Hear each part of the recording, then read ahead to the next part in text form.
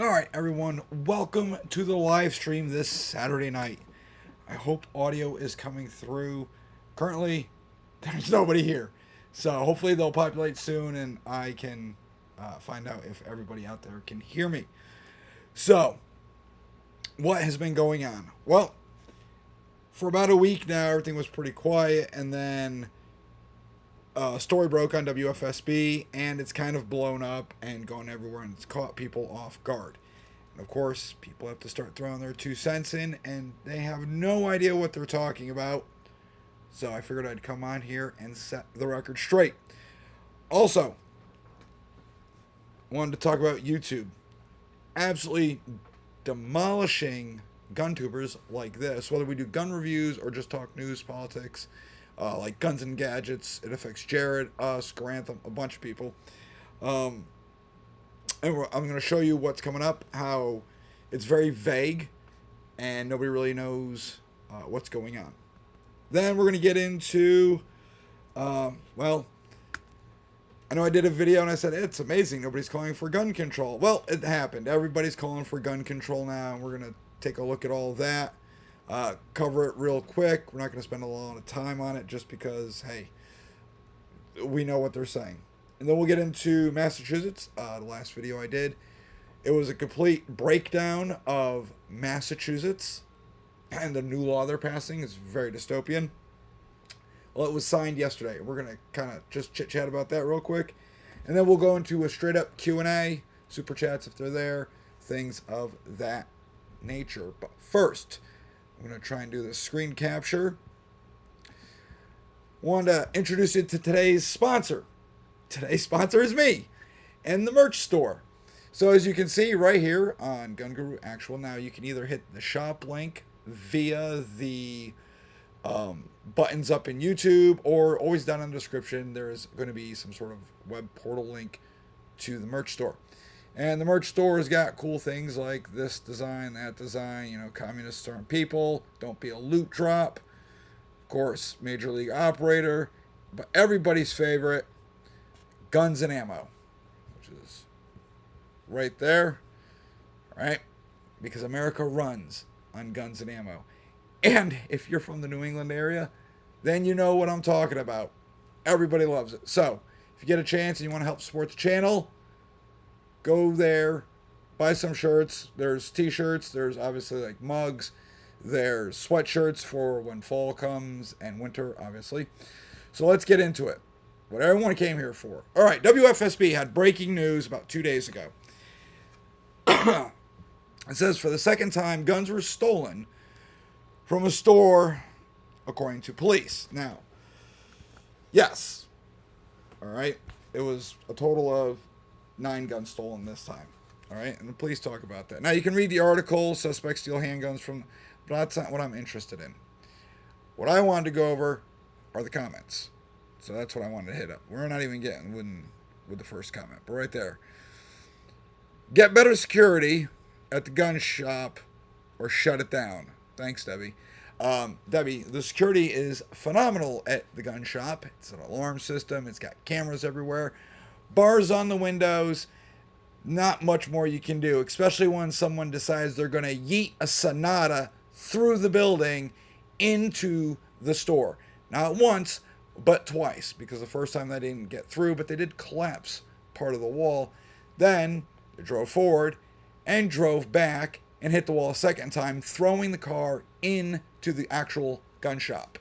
Now, the bars on the windows and all that stuff that had been installed stayed intact. So, there you go. There's not much more you can do when someone decides they're going to yeet a freaking car through your building. That being said, it wasn't like it just happened. So what happened was, we'll get into the first time it happened. The first time they broke a window, got into the store, broke the case, cleaned them out, which we all know about. That's old news. All right.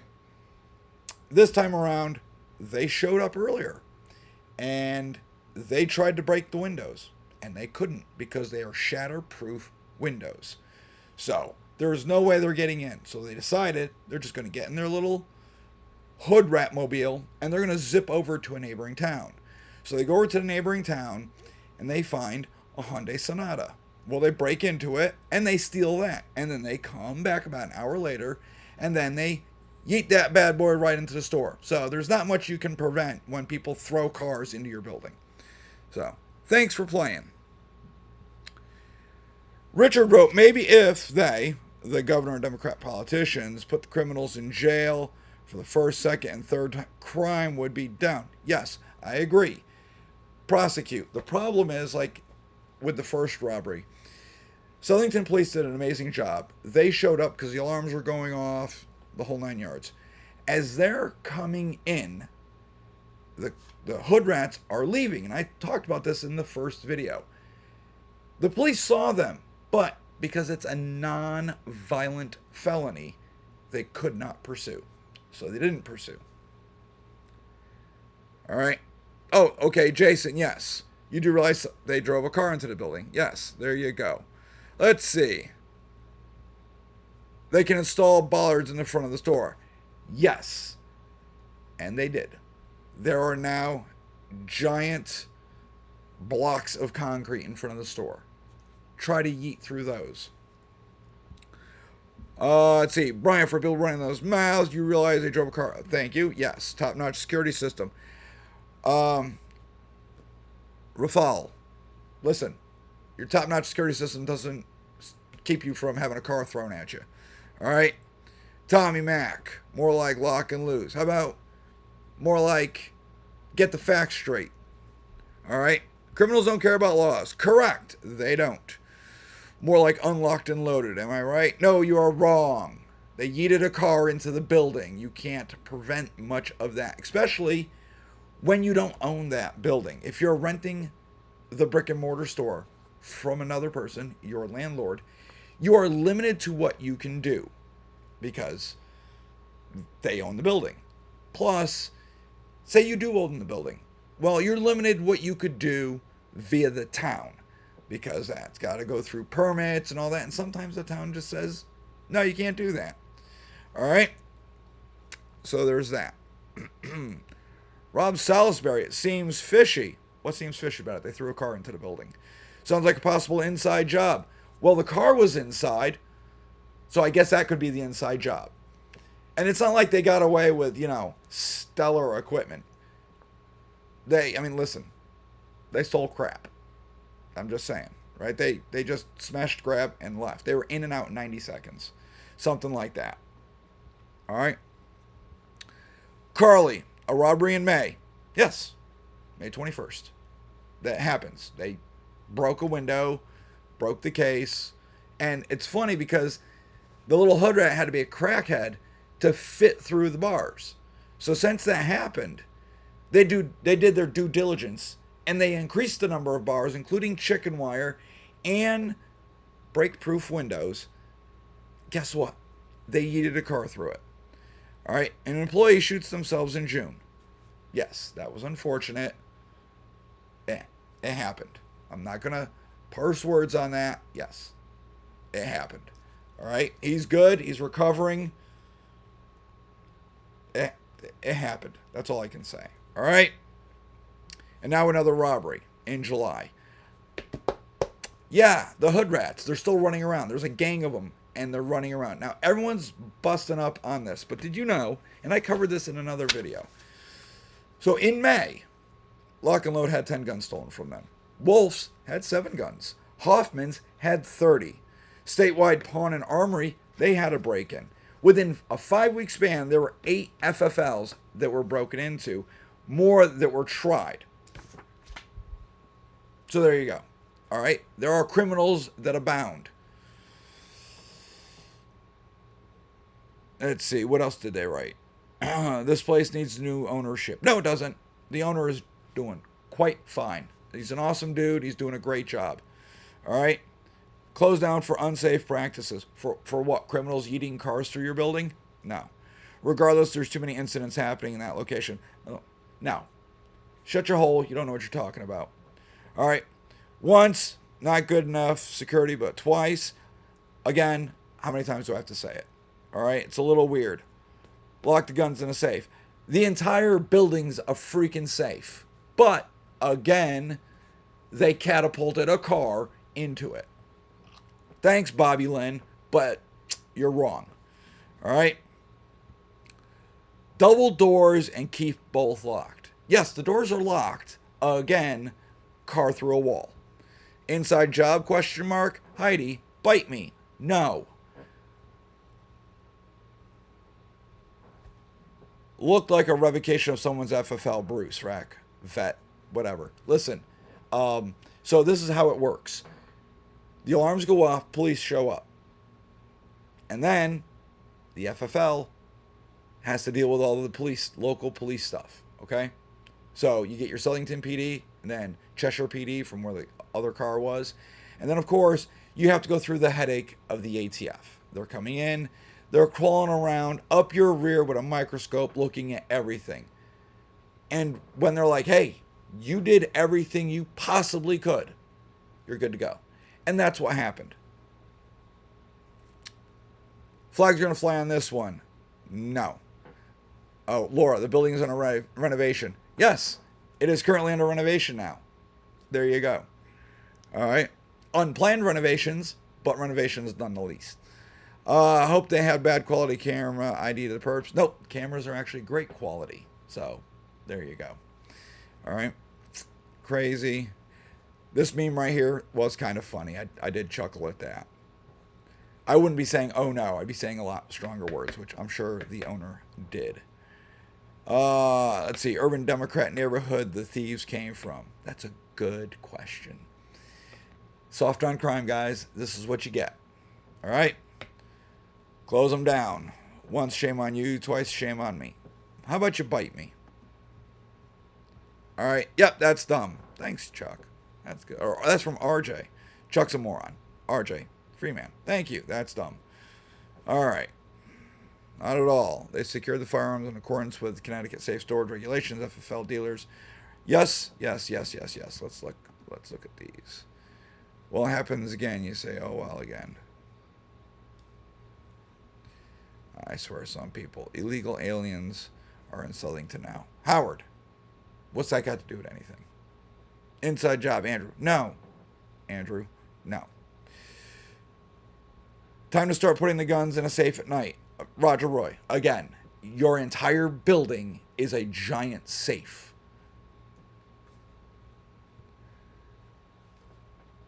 Gabriel. Employee shot his hand a couple of months back, and now this. Effing joke. No. You're an effing joke.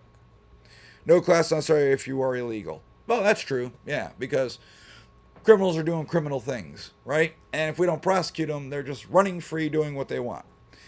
Again, with the Joe Montana Jr. No. That's exactly what a stupid crap would say. I like that. Let's see what else was there. All right. Insurance fraud. Jeez. No. Rack up those premiums? No. Not going to happen. So, WFSB. These comments are absolutely insane. All right? They're blatantly wrong. People don't know what they're talking about. They have no idea what's happening. I told you pretty much what the article said. Feel free to go find their article and take care of it. All right? Reddit. This popped up last night. Another break-in over the weekend. This was actually a while back. Okay? So this came out 2 days ago. The break-in was about a week ago. All right? So I don't know if you guys out there are members of CT Guns on Reddit. They have some good information. They got things like, ask an FFL, anything. There's a lot of people in here that I know. But you see a lot of FUDs trickle in. I'm just saying. People just run their mouths. Space Cat, I'm not saying that first part. I got my fight light from there. They were awesome. Sad to hear about it. Yes, it is sad. And the fight light is pretty cool.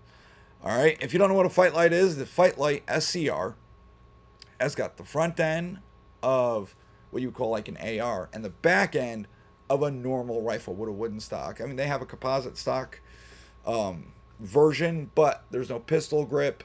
There's no like forward assist. Not that I know of. I could be wrong. Don't freak out over it. It's got a detachable magazine, so they're pretty good. So if you're not into the whole fixed mag, Cali key, weird crap that is actually legal, you can get a Fight Light, which is perfectly legal, and you can have that removable magazine and all that good stuff. So those are pretty nice. Don't have one, love to get one. They're hard to get. It is what it is. All right. Yeah, employee what? Yep, we're not even going to. So AD, for those that don't know, accidental discharge. All right, the ND is a negligent discharge. All right, again, it is what it is. Remember the first rule of firearm safety: always treat every firearm as if it is loaded, and do a clearance check. Always do that clearance check. All right, so originally that was it. 2 days ago was WFSB, and then of course Reddit, and then it started popping up other places. Everybody started grabbing it. Connecticut Insider grabbed it. All right, Christine Dempsey put a photo up. Now, I don't like this because that first photo that you see right here is from the first break-in, where they broke the window, which was tempered, but not like that hard plexiglass, unbreakable material that it turned out to be installed. All right, so it originally was just normal glass because of a business. There were bars and other things to prevent you from getting in. Well, when you are a tiny little skinny crackhead, you can squeeze through there. All right, a normal person couldn't. There's no way I could fit through it, but you know, the crackhead could, so he did. All right, they target gun shops in Connecticut, at least 6 stores falling victim in recent months. There are actually more stores, but what you guys don't understand is a lot of stores don't say anything. All right, they ignore the phone calls from the media, and unless the police dime them out, they're not saying anything. They just stay quiet about it, fix what needs to be fixed, move on. Especially if it's found through the ATF and the police department that there was no wrongdoing on the FFL's part. All right, so there you go. How about the criminals should be arrested and prosecuted? I do believe there was a individual that was arrested recently in the past couple of days that has been known to have been breaking into certain FFLs or something like that. They're a suspect. So, the New Haven Register, 9 guns stolen from the Southington store after a car smashes into the building. At least they admit that. That's an older photo. They are not going to have any photos. Again, that's the first break-in. So, I like how they talk about Southington store after a car smashes into the building, and then they show that. Would they, Hot Wheel crashed into it?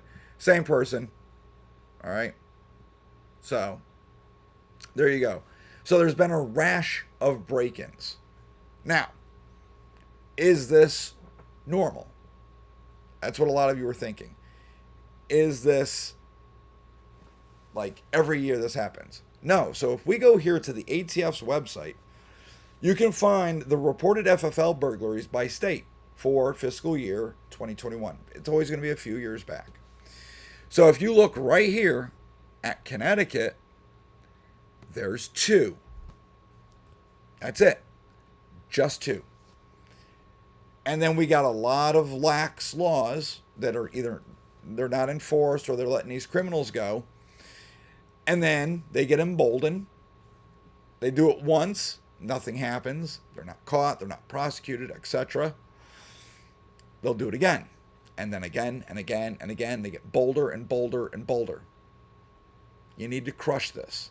Okay, now, we all know that Lamont has said, hey, a 4% reduction in overall crime. Sounds like it's BS to me. All right, this is over 21 and 22. A 13% reduction in violent crime. No. Including a 13% reduction in homicides, 18% reduction in robberies, etc. Now, here's the funny thing. So it's right there. You can see that this is just Google. And when I go and click on that to get the actual release, oh, it's gone. They took it down because it's easily debunked. Crime is not going down in our state. Crime is going up. They're just not reporting it like they're supposed to.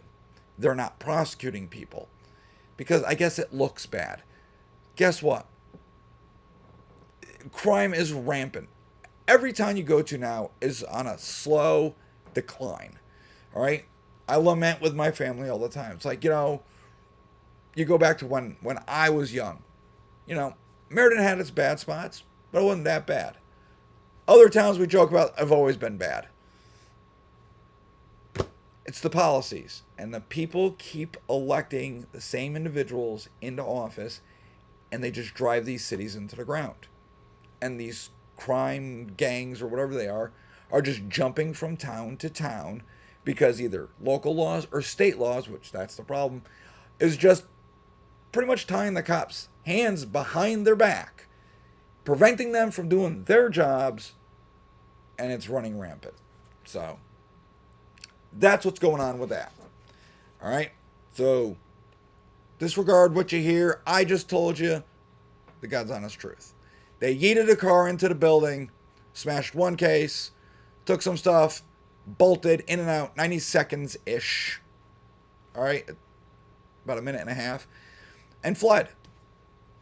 That's it. Now you got cameras. Great. They all wear masks. Now you can look at the build, but that doesn't tell you much. You're like, oh, that looks like the same build as the last one. Who knows? All right? You can't go off of that. You cover your face because, well, maybe they were afraid of getting COVID or something. And then they do, hood rat stuff. So, that's the end of it. All right? Now, I'm going to get to your comments and all that stuff toward the end when we do a little bit of Q&A. So there's my little rant about what happened in Southington. All right? They're open. It's a fully functional FFL. So if you are in the market for some items, you know where to go. Lock and Load in Southington. If you are watching this and you don't have your pistol permit in the state of Connecticut, and you want a solid core class full of fun and education, every Saturday and Sunday, they run those classes. So go to the website, sign up for a class, take a safety class, and if you already have yours, they do the multi-state if you need like Florida or Utah or Mass or whatever you're looking for. Mass we'll get into. That, you might not be getting one. I don't know. We'll discuss it. But why I'm bringing it up, say you have friends or family members that have been kind of hee-hawing around about it. Get them to take the class. Tell them to go to Lock and Load. Take the class. It's only 8 hours out of one day. You do a little live fire. You get some great education. We break down the laws, the whole 9 yards. It's a good time. All right? Winning hearts and minds, one class at a time. All right, now, we'll get into the firearms policy on YouTube. And they changed it. So there are big changes coming down. All right? The reason I'm bringing this up is at the end of August, I'm going to Goals. What's Goals? Goals is sponsored by GOA. It's their first big media gun show-ish for distributors, members, media people. That'd be me. And a bunch of other stuff. It's kind of like SHOT Show, just not as big. It's new. This is their first year. That being said, I got invited, and my team got invited to go down as part of the media because we're an influencer. So we're going to be down there. We're going down for range day. I'm hopefully going to catch some cool video. And we're going to be down there with like Brandon Herrera, Jared Yanis from Guns and Gadgets is going to be there. Clint Morgan, and if you don't know who Clint Morgan is, he used to be over at Classic Firearms channel, and he left that position, has his own channel. But he's going there. I'll be there. I'll be getting footage, meeting with people. And the reason I bring that up is a lot of the influencers like me, and I'm small potatoes compared to everybody else, go there to meet with industry experts, to meet with these different companies that make different products, and maybe collaborate, work on a deal, sponsorship, things like that. That's how a lot of them keep these channels free, right? And they're able to provide entertainment and education. So anytime you watch like Grantham or any of those, they're going to give their little thing and they'll be like, and today's sponsor is, or this video is sponsored by, etc., etc. I did that in the beginning. Obviously, I'm sponsoring myself. So go buy a shirt. But they're changing it. So their policy starting June 18th, 2024. Any content that a person like me puts out that intends to sell a firearm or instruct viewers how to make a firearm, ammunition, certain accessories, instruct viewers on how to install those accessories are not allowed. Ergo, I can't show you how to put a PEC 15 on. I can't show you how to mount an optic. Things like that. It's very broad. Okay? Using the platform to sell firearms and accessories don't blow. So what they're talking about is right here. Don't post content on YouTube with the purpose of one of these. Okay? Selling firearms, certain firearms accessories through direct sales or private sales by an individual. Links to sites that sell them. So there's a lot of channels out there that are sponsored by like certain manufacturers. And they're like, oh, you get, a 10% off using this code, that code, whatever. That goes away. Accessories that enable firearms to simulate auto fire, etc. You can see it. Provide instructions on manufacturing the following. It's just not allowed. And they can nuke your channel. Okay? So, best, they kill the video. They demonetize it, and they just make it go away. A little bit worse than that, they'll age restrict your content, which means not a lot of people are going to see it because the algorithm is going to bury it. Worst case scenario, someone violates one of these, you could end up with one of the most popular channels out there absolutely getting nuked and going away. So, I assume a lot of people don't just watch this channel. I appreciate you watching it, but if you watch other channels, help them out the best you can because they're trying to crush this. Now, that being said, this is YouTube. I have backups of the whole thing. So not only am I here on YouTube, but you can also find me on Rumble. Everything's there, including a backlog of other videos that are not available on YouTube. If YouTube and Rumble aren't your jam, there's BitChute. All right? There's another backup. Everything gets uploaded. The main videos will get uploaded to YouTube, and then they go to Rumble and BitChute. And then, during the last live stream we did, somebody had mentioned Odyssey. So there it goes. It's on Odyssey. All right. Now, currently, it looks to be missing one of the videos that I just uploaded. I have to get it to sync. It has not fully synced up yet. So, working on that one. But, YouTube, Rumble, BitChute, and Odyssey. All right.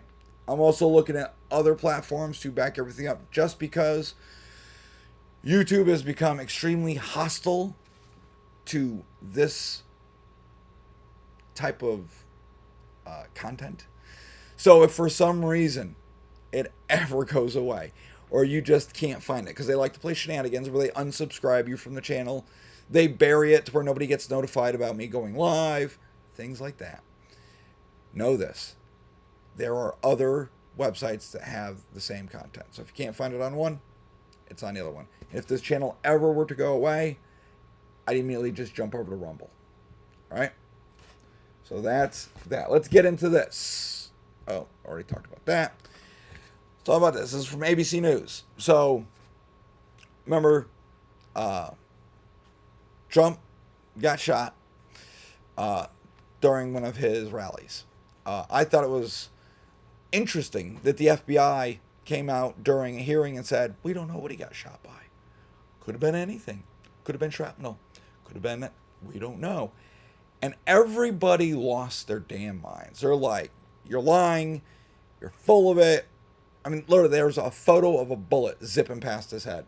So they just came out and said, the FBI came out and said, yes, Trump was hit in the ear by a bullet, which we all knew. They're just lying. Well, now they've come out and they're starting to call for gun control. So this Yahoo started calling for AR-15 bans. We did it once before. We're going to do it again. They did do it once before, and it had a sunset. And it specifically said, at the end of this time, we're going to reassess. If there is a significant drop in crime, etc., it will get reinstated because it's working. Well, sunset happened. The whole thing expired. They took a look at it. This is under Bush Jr. And guess what? Zero freaking difference. So they said, what's the point of renewing this? Bam! Everything became legal again. AR-15 and that group, that like. It soared to absolutely the most popular rifle in our country. It is the American quintessential rifle, the AR-15. All right? If you're one of those weirdos out there and you like your AKs, okay. But obviously now we have individual states like Connecticut that banned them. So we had the others, which got turned into assault weapons. They're all pretty much banned in Connecticut now. But you can still buy strip blowers. You find a strip blower online, and if they're willing to ship it to your local FFL here in Connecticut, you can buy a stripped out blower. No big deal, because that's other. A strip blower is always other. And then from there, you're limited to what you can build. You can build your fixed mag AR. You can build a Cali Key one. You could build a dedicated 22 long rifle. There's a lot of things you can do with it. So strip blowers are still legal. But the other good things, no. But there's a court case, right? I gave you guys an update on Grant versus Lamont. The CCL is working on it. You are not getting a lot of details on purpose. It's at the Second Circuit Court of Appeals right now. The lawyers that are working on it are doing a great job. Hopefully, though, the Supreme Court will get off their collective rears, be nice, and finally make a decision. Because right now what they did is they took all the AR-15 cases that they have, they're pretty much all out of Illinois, and kicked them all back down to the lower court and said, you ruled wrong, re-rule on it. So there's that. Now, they were in the process of being in the lower courts anyways. And the lawyers and the defendants tried to bring it up to the Supreme Court before a final decision had been made.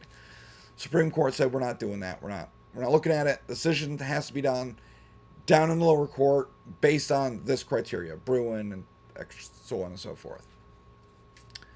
And they wrote in their little release when they kicked it back down, said, yeah, we're not looking at this right now.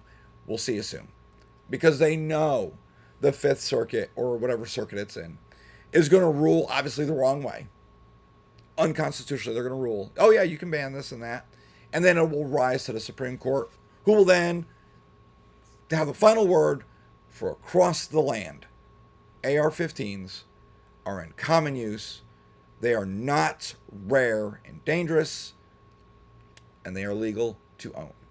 You cannot ban them. But, of course, this Yahoo is calling for bans. All right? And he's using like every town, gun safety, all that stuff. All right, listen. He dropped out. Done. Kamala, well, she's calling for it now. And she's calling for a lot more. She just had one of her little oppressors, and I had to write all this stuff down. All right?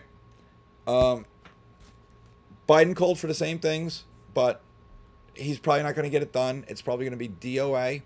So Harris is going to run on it, and she's going to try and push it. Okay?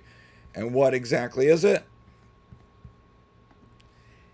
It's the National Red Flag Law. They want to get red flag laws nationwide. So right now, each state has their own. And some states have yellow flags, etc. They have a fund where they're trying to bribe states to enact red flag laws. And I've done a video on our red flag laws here in Connecticut. They're very dystopian. They're not good whatsoever. That being said, they want to take this nationally. Okay? And just so you remember, Connecticut's red flag law used to be a state's attorney or two police officers could put a complaint in for seizures of firearms and ammunition to the courts. Okay? It took a state's attorney or two police officers. They obviously have evidence and all that. But as of September 1st, 2021, it can now be a family member, a social worker, a healthcare worker, like a nurse's aide, clergy, or a concerned community member. That one. Don't piss your neighbors off. All right? Basically, they're just saying to the courts, he is a threat to himself. He or she is a threat to themselves or others because they use hurtful hate speech toward me. They have a Trump flag. They have a Gadsden flag. Whatever. All right? They can go directly to the court and ask the court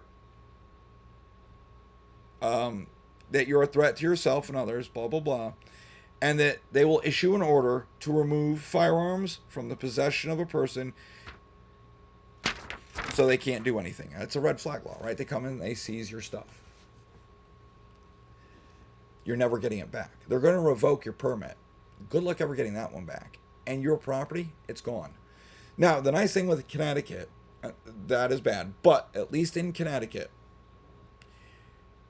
the police will take your stuff and then an FFL will pick it up and they can transfer it to a family member that's eligible. They have a permit as such. A friend or something like that. Okay, they're in the little wheelhouse. You're not allowed to be near them. You can't have them. However, once you go through the courts with your lawyers and all that, and if you win, you could get your stuff back. If the court's like, you're fine, or reinstating your permit, you can have your stuff back. All that stuff gets transferred back to you. Massachusetts did away with all that. The police take it, put it in a bonded warehouse, then sell it, and then the state takes your money. We'll get into that. Okay, so they want national red flag. Now, they just set a precedent in California where someone there used a California red flag law against somebody in another state.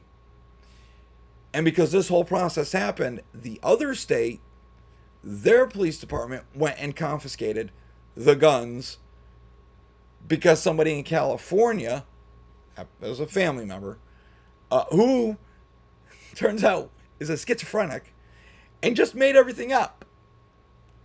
The other person's life is completely ruined. They've had no contact. In California, red flag someone in another state. Go figure. Imagine that, but nationwide. Oh. They want a universal AR style ban. This is going to include AKs, ARs, and its families. They really want that. I don't know why they have such a hard-on for that platform, because rifles are used in less than 3% of all shootings annually. Okay? Most of the violence that you're seeing in like Chicago during the weekends and all that, because it's Chirac, it's all handguns. They don't say anything about that. I mean, they do those arbitrary, you're capped to 10 rounds in your magazine, which, okay, the law-abiding citizen follows, but of course we know the criminals don't. And that's just the way it goes, because criminals, by their very nature, don't obey the law. But they're fighting for that total AR ban across the board. Hopefully the Supreme Court picks these cases up out of Illinois sooner than not and puts a rest to it. You can't ban these. And then Biden and Harris now are calling for universal background checks. That is AKA a gun registry. That's the only way to enforce it. Now, they're going to throw out the gun show loopholes and all that. And what they're talking about is like, oh, you go to a gun show, you see a gun you like, you're like, I want to buy that gun. And they're like, here you go, thanks for the money. Anybody that's ever gone to a gun show knows that's not how it works. Everyone there selling guns are usually FFLs. You're filling out a 4473. You're getting a NICS check. That's it. There is no freaking loophole. I'm trying to keep it very family friendly. I do get fired up about this, but there is no loophole. The only time that you may run into this, okay, so like in Connecticut, we used to do private transfers. It's simple. You're doing the DPS-3, which is kind of like your title to your gun. Everyone's that ever's bought a gun in Connecticut, you filled out a DPS-3. A couple of years ago, you were able to like, oh, I don't want this gun anymore. I'm just going to sell it to, say, my friend or to somebody else who has a permit. You would fill out the DPS-3 and you would call SLFU and you would get a transfer number. You have to give them the other person's permit number, and they're running them through the system. They have to talk to them, the whole 9 yards. It's all above board. And then the ATF said, wait a minute, you have private citizens utilizing the NICS system? We weren't. We were just calling into the state police, and they were doing it. Well, they put a stop to that. Connecticut's the only state they did that to. Connecticut was real quick to comply. They're like, sure, no problem. What they're trying to do with the universal background checks are force everybody to go to an FFL. Now, if you live in a city, or like here in Connecticut, there's FFLs all over the place. And 99% of the time, before, everybody just went to the FFL to transfer their guns. 1, maybe 2% would do that private transfer, which we can't do anymore. We're talking about someone that lives like out in the middle of Appalachia in West Virginia. All right. And, you know, you're out in the Hicks and you've got a bunch of guns. You got more than, you know, I don't want to say more than you need, but you got more than enough. Okay. You've got redundant guns. Your neighbor reports that, hey man, I saw a bear and it didn't look right. It's kind of rabid, but he doesn't have anything that's big enough to take down a bear. Well, I got like 3 or 4 of these guns. You could then be like, hey, neighbor, I know you're not a prohibited person. I know you're a law-abiding citizen. You have a permit, etc. I will give this gun to you. That is fine. Because it's a state that doesn't have these weird things like DPS-3s. When they bought that gun, they filled out a 4473. That 4473 stays at the FFL. The only time it would go to the ATF is if that FFL were to go out of business or 25 years have passed. That's it. All right? So, a lot of FFLs just keep their stuff if they're still in business. All right, and I'm bringing that up because they want something like the DPS-3s, but nationwide. Now, we know the ATF cannot have a gun registry. Congress told them that. It is a law. ATF shall not have a searchable database. So, they play games. You'll see the head of the ATF out there. He's like, the ATF is the only agency that pays Adobe extra money to remove the search feature from Adobe Reader. It's like, okay. And they're like, well, what we do is when an FFL goes out of business, they send us all the 4473s and then we digitize them. And they put them in a giant database. Now, the head of the ATF made it sound like you've got to rifle through them one at a time. And I don't know how they organize them or anything like that. But that's how they're supposed to do the trace. That's what they're saying they're doing. Coming from someone who has done traces for the ATF. When I worked at a place that shall not be named. You'd get a phone call. Hello? Oh, this is so-and-so from the ATF Trace Office, blah, blah, blah, blah, blah. I need a record for da-da-da-da-da-da-da. You're like, got it. And you're not getting much information. You're just getting a number and a date. Fine. You bebop down to storage, and you've got to start going through paperwork. Now, you try to get back to them as soon as you can. You don't know why they're doing the trace. You just know they need the information. So you go through some. I've done them in like 10 minutes. And there have been others that have taken me almost an hour to find. You go through, you find it, you call them back. You're like, okay, here's the pertinent information that you're asking for. I don't know. Don't care. Thank you. Bye-bye. All right. I did one. The gun was purchased in 1972. I was like, that is a long time ago. And when I went through everything, I was like, you do realize the person that bought this was in their late 60s. They're probably dead by now. I don't think they have the gun anymore. You know?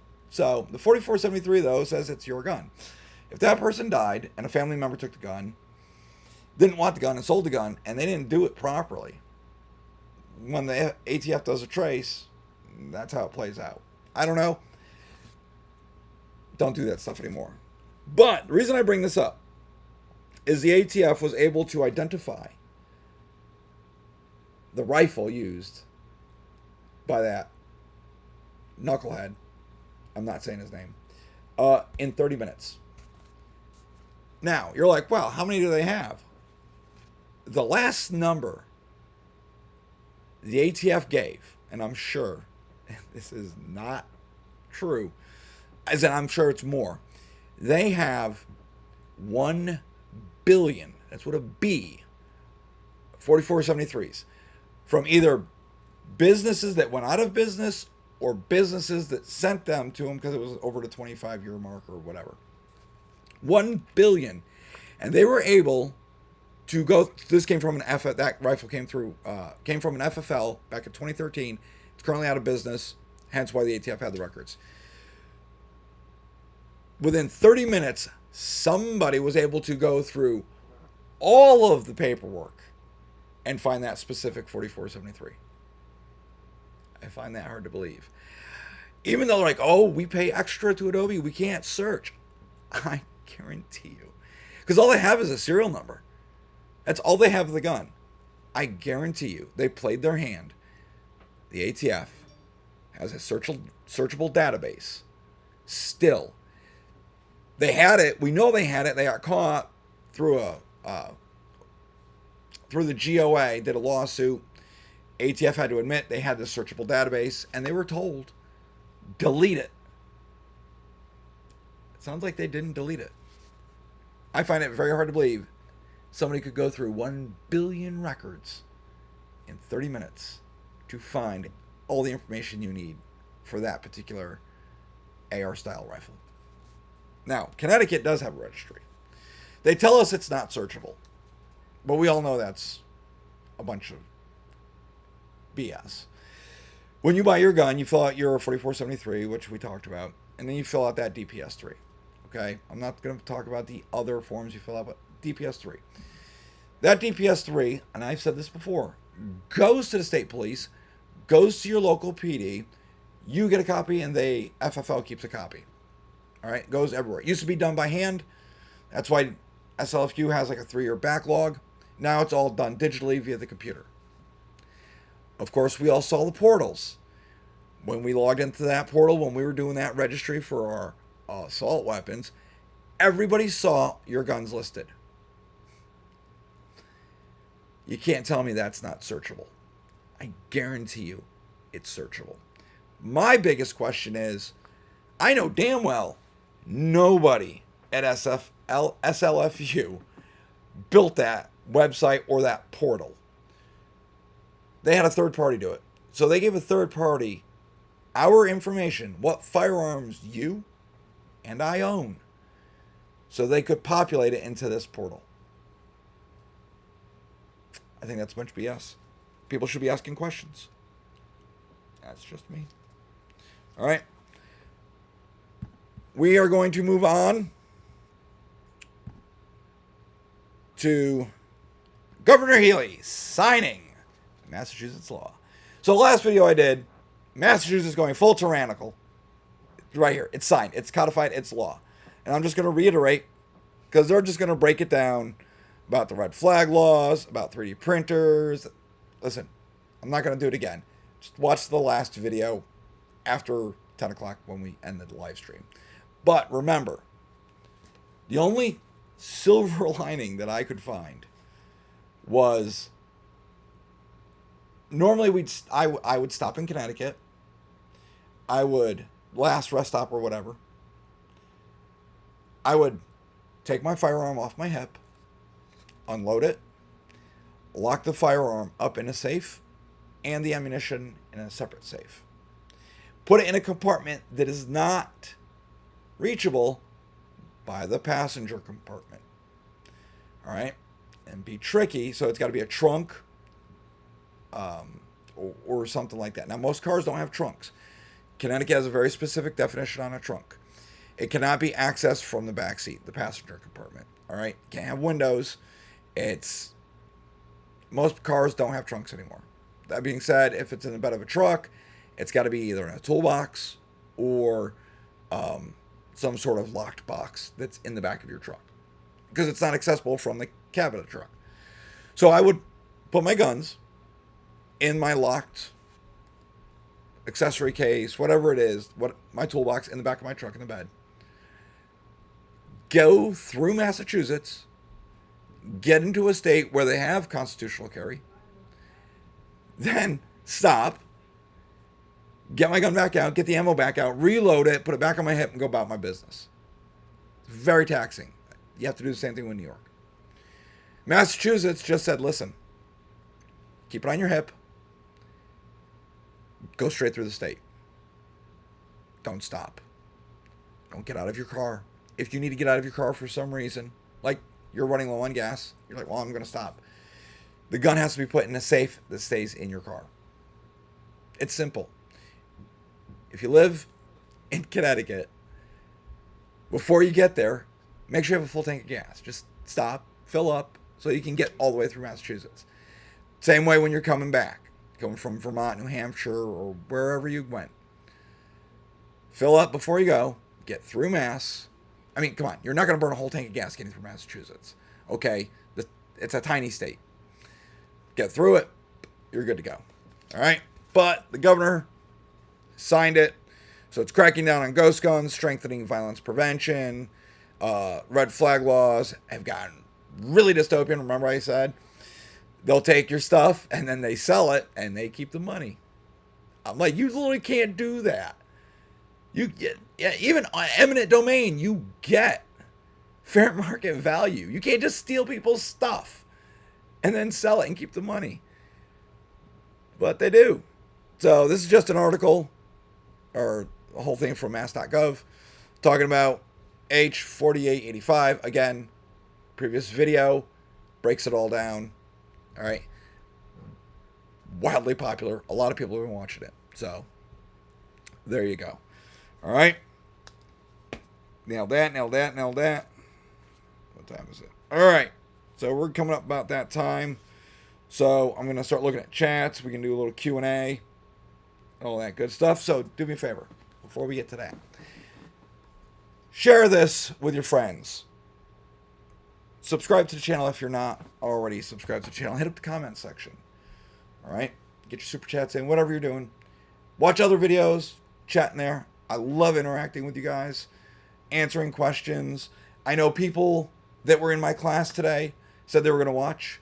And I've had students in the past who've subscribed literally send me a DM or an email, because my email is available via YouTube, of I'm having a problem with my permit, or I can't find this link, or I have a question. I know somebody was DMing me earlier asking about somebody where he works said, hey, you know, the state of Connecticut had a period where you could register standard capacity magazines, and they didn't know about it. So they sent me a direct message and said, is this true? I said, yes, it is true. Kind of. It came and went a while back. It's done. You can't do it anymore. All that's closed. So, sorry to tell you that. All right. It's no more. All right. Sorry, I have one screen to work with, so I'm bouncing between OBS and all that. So now we're back here. All right.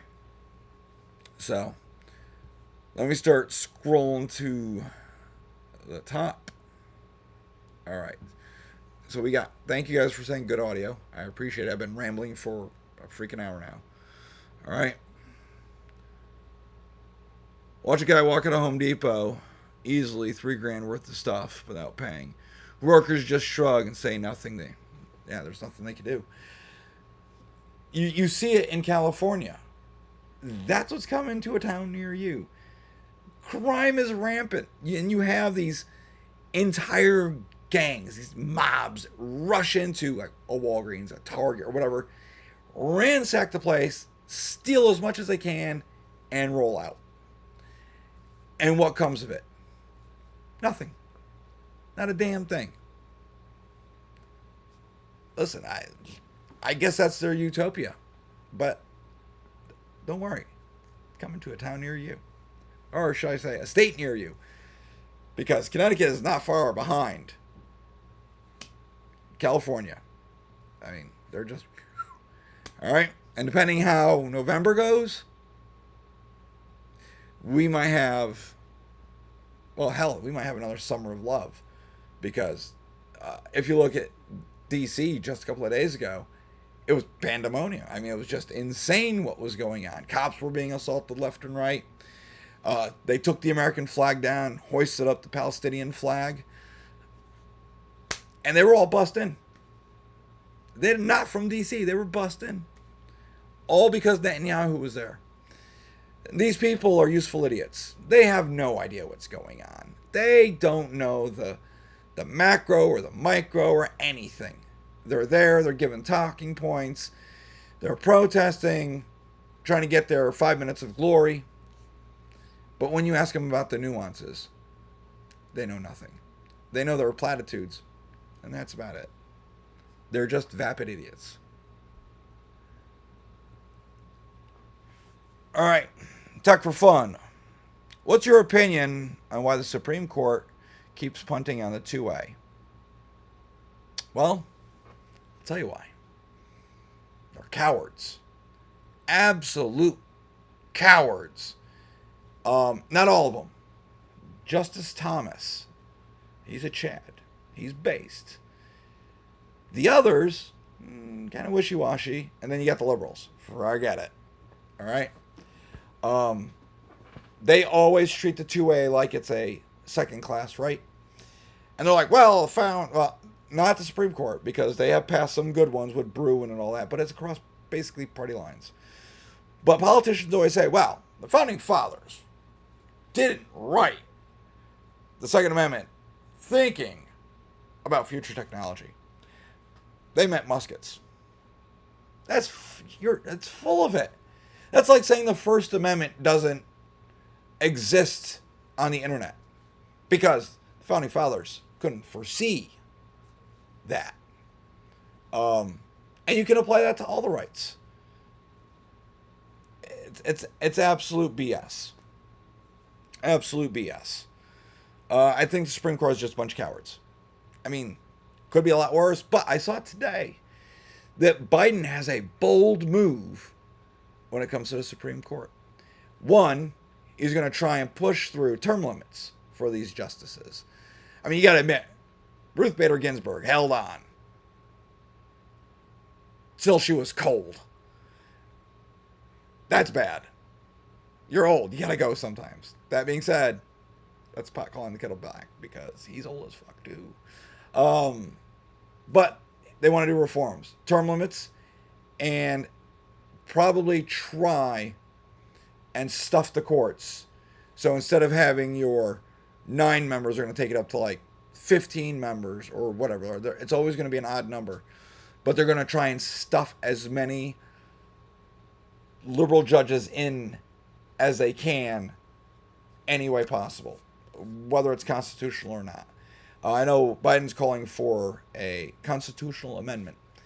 Good luck with that one, Sparky, because you need too many people to do it. You're not going to get 75% of the states to go along with it, with a states convention, and you're not going to get the vast majority, 75% of the House and the Senate. Never going to happen.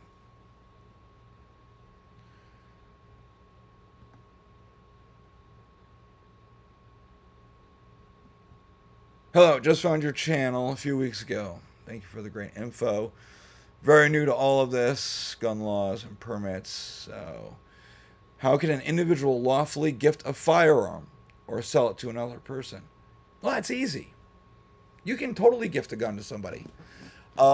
If you own the gun, you say, hey, Jimmy Joe Bob, I want to give you my whatever gun it is. You have your permit. I know you do. So let's go down to the FFL. I'm going to pay my $25 or whatever the FFL charges. And they're going to take the gun into their A&D log. They're going to call SLFU, get a transfer number. The gun becomes property of that FFL. The FFL turns around, takes it out of the A&D log, calls SLFU, and transfers it to the other person. That's it. And they pay the $25 or whatever the fee is. So say it is $25 because that's like the going rate. 25 in, 25 out. And there you go. Outright just buying a gun for somebody, you can't. It's a straw purchase. But what you can do is you can buy that person a gift card. So you could go in, find a gun, and be like, oh, I would like to purchase said firearm, which you can't. I mean, I would like to purchase a gift card for the exact price of that gun. And then you give them the gift card. They go to the gun store. They say the gift card is for that gun. They fill out the 4473, blah, blah, blah. Theirs. Okay? It's that simple. The only time you can purchase a gun for somebody, and it is quote unquote not a violation, is if it's like your spouse. Okay? Nobody's going to consider buying. So you and your wife both have permits. You can buy a gun and gift it to your spouse. As in, your spouse literally could carry your gun. You both have permits. You could carry your wife's gun. You could carry your husband's gun. Spousal privilege. If you're buying a firearm for an adolescent child, all right? When my kids were younger, for Christmas, they got little Henry 22s. Pump action, or not pump action, lever action, Jesus. And it was a gift for Christmas. That is not a straw purchase. They are my children. And they are children. They were like 10 years old.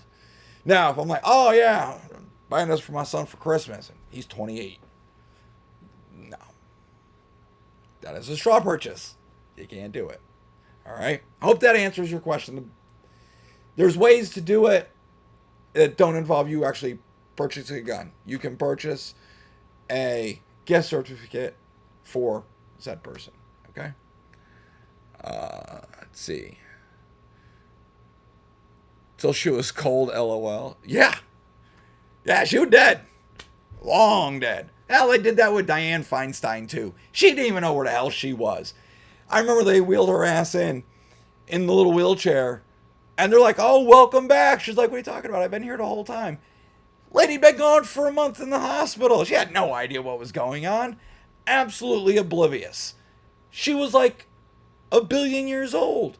She should have been sitting at home in a rocking chair with a blanket on her lap, enjoying the grandkids, the great grandkids. But no, while she was in the hospital, she was still voting. Her staff had the power. They could vote, sign off on bills, do lots of things. These people who are not even elected had power. Just recently, the president himself gave powers that are relegated to his office. He gave them to the Secretary of State and other people to do whatever it is needed to be done. Dealing with Ukraine, things like that. This is when he had COVID, and we didn't see him for a week. So, COVID. Even though it's just a cold. Took him down for a week. Never heard of spousal privilege. Cool.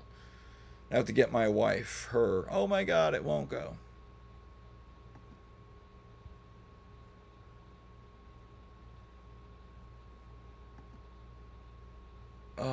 Sorry, I'm looking, trying to. There we go. I just switched over to live chat. Trying to take a look at it.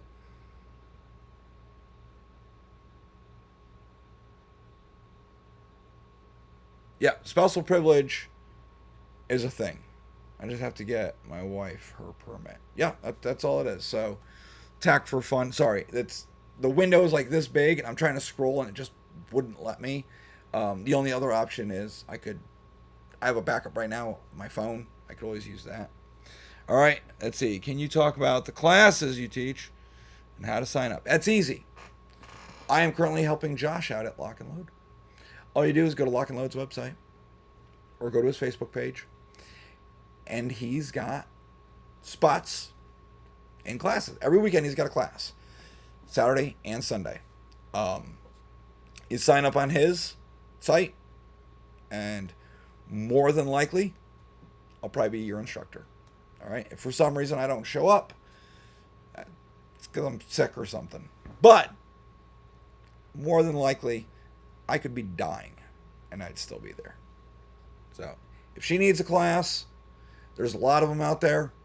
You're going to get what you pay for. I know the quality that we're teaching there. So it's pretty cake. It's pretty easy. I try to make it fun and entertaining. And then we do live fire, which we don't do it there. We have to go to Wolf's. But plenty of breaks. Lots of laughing, lots of jokes. Every now and then we throw in some stories. We have a good time. That's it. Barring anybody yeeting a car through the building. That does kind of put a damper on class, just so you know.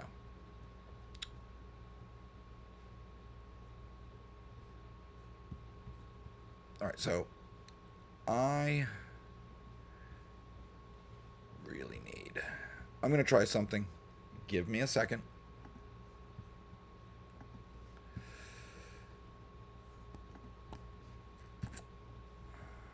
I'm just logging into the back end of YouTube,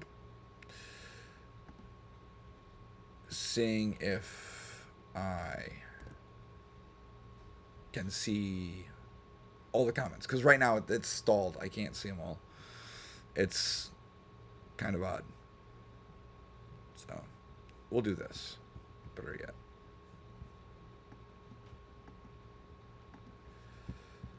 It really helps if we have multiple screens and I'm able to do this, but it is what it is.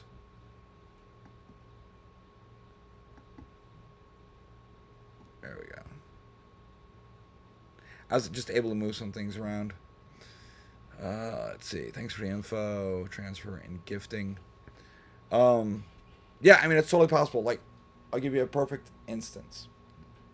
My wife, when she graduated from college, I bought her a gun. It was in my name. She had not gotten her permit yet.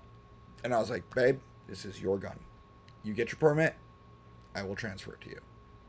Fast forward a couple of months, she gets her permit. We go down to the FFL, then I transferred it to her. And it's her gun. There you go. Super easy. And I still carry that gun every now and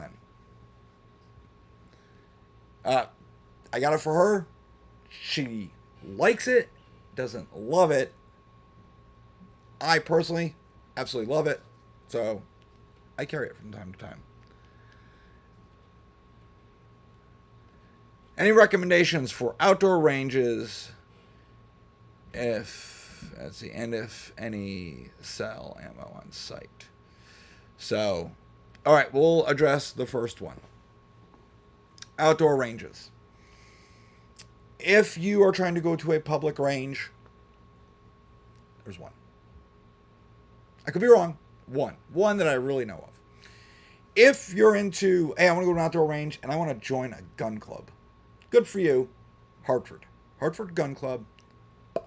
Point.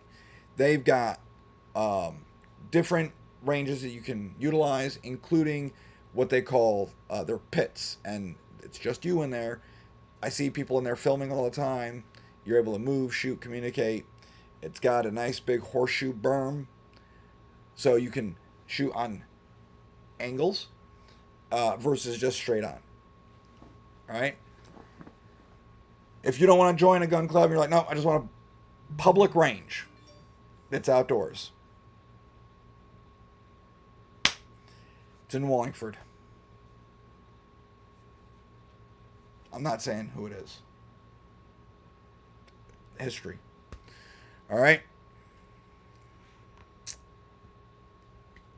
Let's check out the classes. We're only about 15 minutes from lock and load. Yeah, take it. You know, I mean, if you already got your permit, great, but you can always take it too. Kind of brush up, because we do cover laws in Connecticut, which is now required by HB Satan 7. We have to go over the gun laws.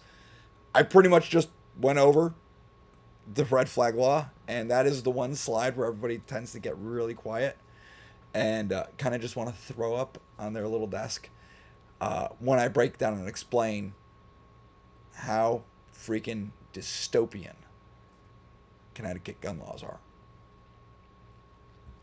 All right. I am just double checking everything on the live chat. No, okay, so I'm pretty much all caught up on that. All right, anybody else got any other questions, bitches, moans, or complaints? You can throw them in there. I've pretty much covered everything I wanted to cover, article-wise, covering the truth about lock and load and everything going on in the state.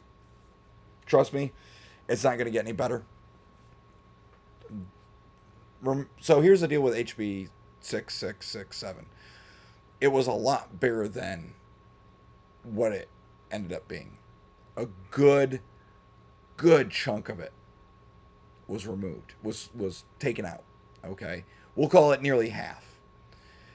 It was Lamont's and his ilk's wet dream gun bill.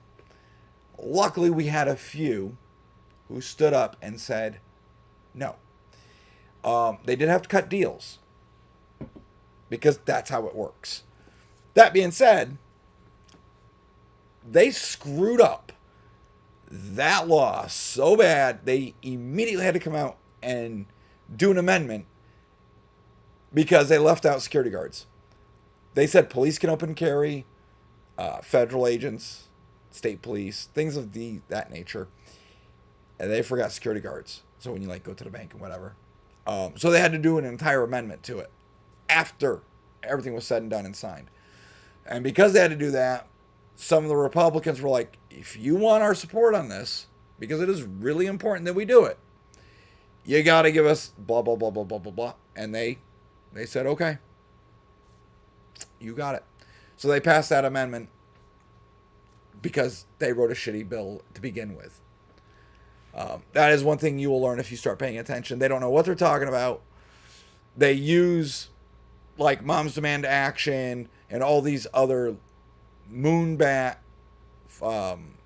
anti-gun groups that throw out the dumbest crap you'll ever hear. I mean, literally, I saw on the news a couple of days ago that Donald Trump could not have been shot in the ear by a .556 round because the bullet within that proximity of his head, just hitting his ear, would not only snap his neck, but would crush his skull. I mean, this is that's what they're talking about. I'm like, yeah, it's a 22 that's going hella quick. That's all it is. And when the FBI came out and said, we don't know if it's a bullet or fragments of the bullet, it's a bullet. Bullets don't fall apart mid-flight. They fall apart after they hit something. FBI director just does not want to come out and say a presidential candidate was shot because of DEI, which is basically, if you looked at the Secret Service, it was all DEI. I mean, they pounced on him. They did a great job. But when he's 6'2" and you've got agents that are 5 foot nothing, what are you protecting? You're protecting his damn leg. What about the rest of them? It's infuriating. I won't rant about it, though. All right, Talk for Fun says, question. I've heard from some cops they keep the gun on your person when driving. Is that the law?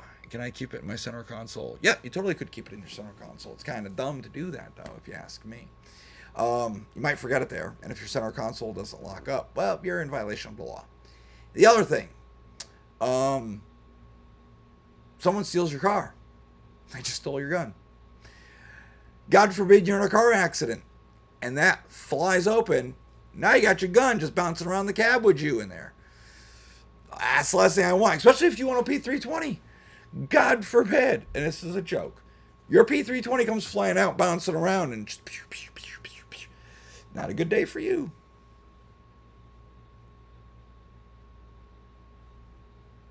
Not a good day for you.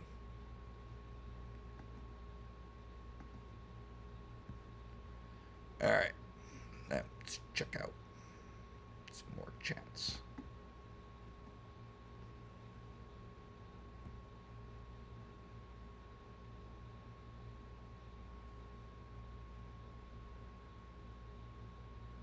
Yes, Ray has a lot of apologizes to make.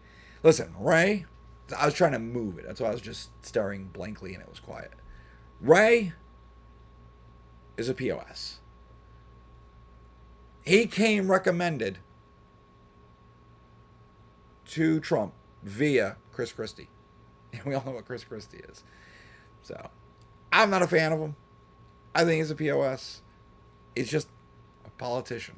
That's all he is.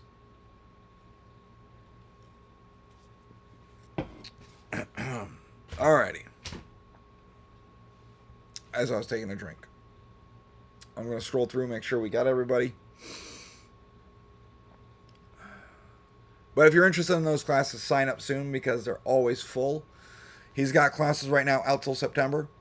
You don't want to be pushed out that because you're looking at it's going to take a while to get your permit, especially depending on the town you're in. Remember last year, it used to be that the town they had 8 weeks to do it, and they couldn't do it in 8 weeks. A lot of towns were doing way more than that.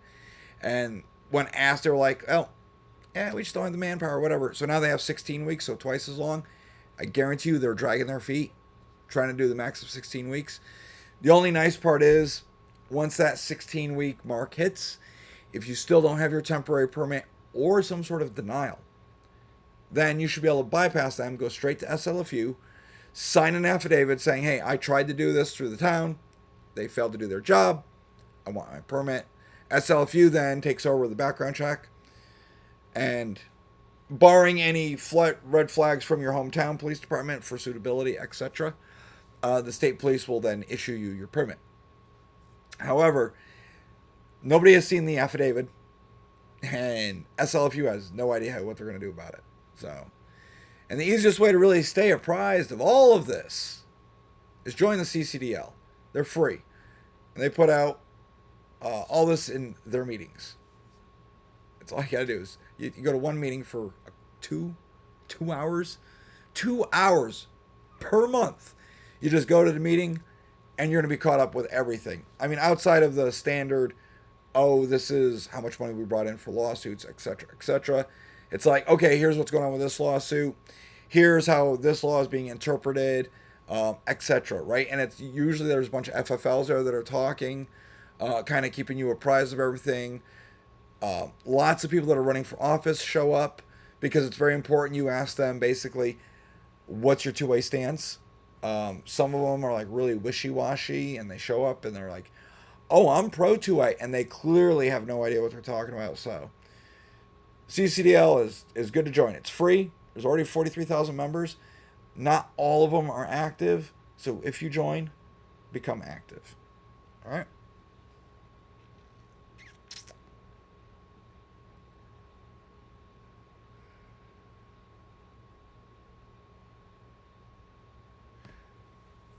Oh, Tech for Fun. I'm an AV tech guy. Suggestion: use OBS to delay your audio so your lips match your voice. Okay. I did not realize it was off. I apologize. Just pretend it's like an old kung fu flick.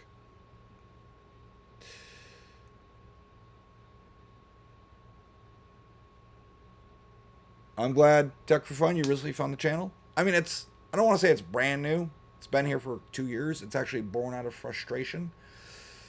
That being said, because there's another YouTube channel out there, and you'll see a very similar person. Different shirt, though. But there were subject matters I could not cover. And I felt it was important that I cover it. And I was told no. It was not my channel, so, I can't control everything. But it gave birth to this. And now I present to you what I like. Things that I wish you need to know. Right? Things that I'm like, yep, this is important. Laws, etc. Now, in the beginning, older videos, you'll actually see some gun reviews. There are more coming. However, the way everything kind of works is you have to hit certain thresholds in order for monetization, adding the shop, and all the little features. So I wanted to work my way through the algorithm, keeping it safe, keeping it clean and family friendly, to work my way up there, that threshold, which I hit because of all of you.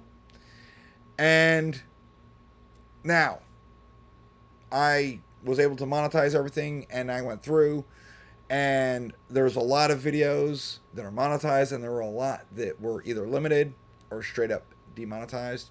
And I had to go in and ask them to manually look at these because, well, they're not violating any rules and things like that. So, yeah, it is what it is.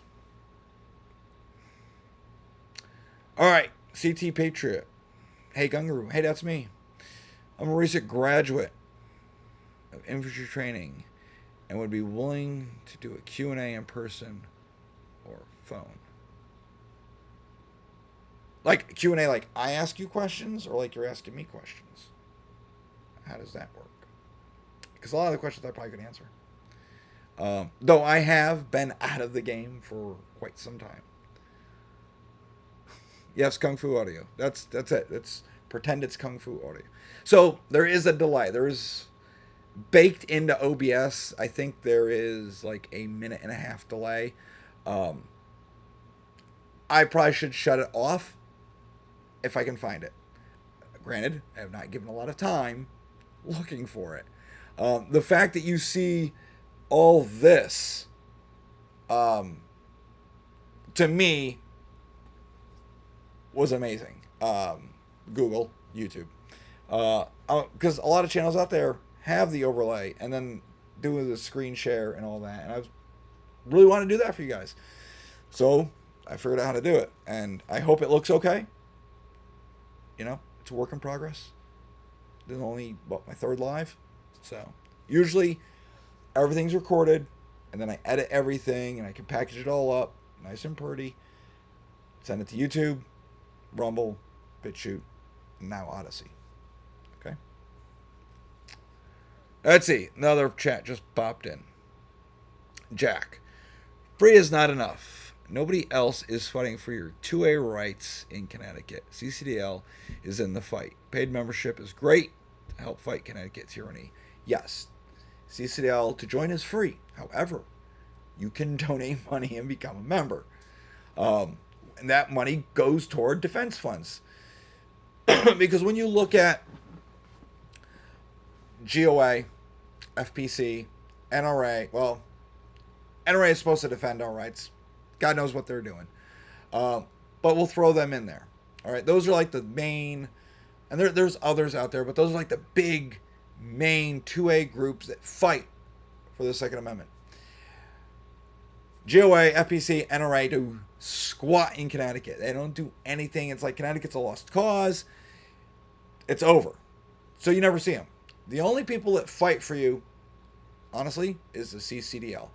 And Holly's the president, and she does a great job. She goes to Capitol Hill, defending Connecticut, defending our Second Amendment rights, defending Connecticut as trying to, like, Connecticut is jacked up type thing. They do all the lawsuits. The biggest one was during the Cootie catastrophe, they shut down people from getting their permits. Now, they were told they couldn't. So they didn't say you couldn't get a permit. You just couldn't get your fingerprints done because you came in too close of contact with officers. You know, cooties. We're not saying you can't get your gun permit. We're just saying you can't get your fingerprints. Well, what are you going to do? How are you going to fight the system? It's simple. They complained to the CCDL and said, hey, this is what's happening. And all of a sudden, like, they launched the lawsuit the very next day. Everybody could get their fingerprints done. It was amazing. It's like, oh, it wasn't that hard. There was a woman, this is going back. I think it was in Bridgeport. She'd been waiting 2 years to make an appointment to apply for her permit. 2 years just to make the appointment, which would be even longer. CCDL got involved. Sued. Oh, she got an appointment like that. Done. She got her permit in like record time. It's amazing how that works. Massachusetts is just as bad when it comes to that. So if anybody out there is applying for your mass permit, your non-resident permit, you're looking at about a year lead time because you need to go up there your first time for an interview. It's not, don't freak out. It's just literally they're asking you the questions you've already answered on their application. But you got to go up to Chelsea nonetheless. To get that appointment, it's going to take a couple of months. When they give you that appointment, the appointment's usually, could be almost a year out. So you go there, you do that. It's been a while now. Your permit's only good for 1 year.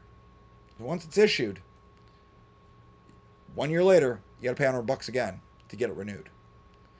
Now, it used to be every 5 years you had to go back up there for an interview. I think they changed it where you don't need to do that for non-resident. But it's still $100 a year. Connecticut is only $70 every 5 years. Now, I think any money is ridiculous. It is a constitutional right, and I believe in a constitutional carry. But this Constitution state is very unconstitutional. So, I mean, literally, they just banned last year open carry. Because we were open carry or concealed carry. And we talk about this in our classes. And we're like, okay, they banned open carry. And the question that was posed to them at that time was, how many people have you seen open carry? And they're like, well, nobody. And they're like, and then why are we doing this? Or because it's a problem. But nobody does it. It's still a problem. So they banned it. Ridiculous. I mean, barring a few areas, like your own property, your own business, in your residence, like in your home, you can open carry. So it's nutty. All right, let's look, see if there's any more questions. Tony writes, what are your thoughts on gun auctions? Prices are sometimes pretty good, but seem like a risk. Well, gun auctions are okay. So the federal government is literally trying to get rid of these. But say you're bidding on a gun. You're like, oh, you got to make sure it's compliant with the state, first of all. So don't bid on stuff you can't have. But say you're bidding on a real nice Colt 1911 at 1 a.m. I know somebody that does that. Not me. Go God, no. I know somebody, though. It is totally state compliant. Boom. So you win. Great. You pay the money. And then you tell them what FFL you want the gun sent to. And then they send it to the FFL. The FFL then calls you and says, hey, so-and-so, your gun is here. You got to go down, you do your 4473, your DPS 3, blah, blah, blah. Pay the $25 for a transfer fee. And you get your gun. That easy. You can buy guns online. You don't get them shipped to your house. They get shipped to an FFL. Now, ammunition, if you actually find a website, like Cheaper Than Dirt or whatever, they will ship to your door. But, at least they used to. I mean, things change. When I did it to buy bulk, I had to upload my driver's license, I had to upload my permit, and a bunch of other stuff. And then they shipped when I purchased the ammo, they shipped it directly to my house. But now you're taking a risk because UPS or FedEx or whoever shows up, they drop all that at your door. And now you got to contend with porch pirates. And that's the last thing you want stolen.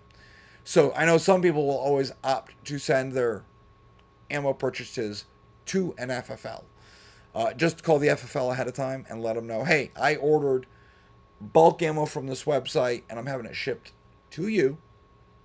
They'll receive it. I don't know if they're going to charge you a fee or not. But you go there. It's already paid for. You show them your permit. Take your ammo and go. So.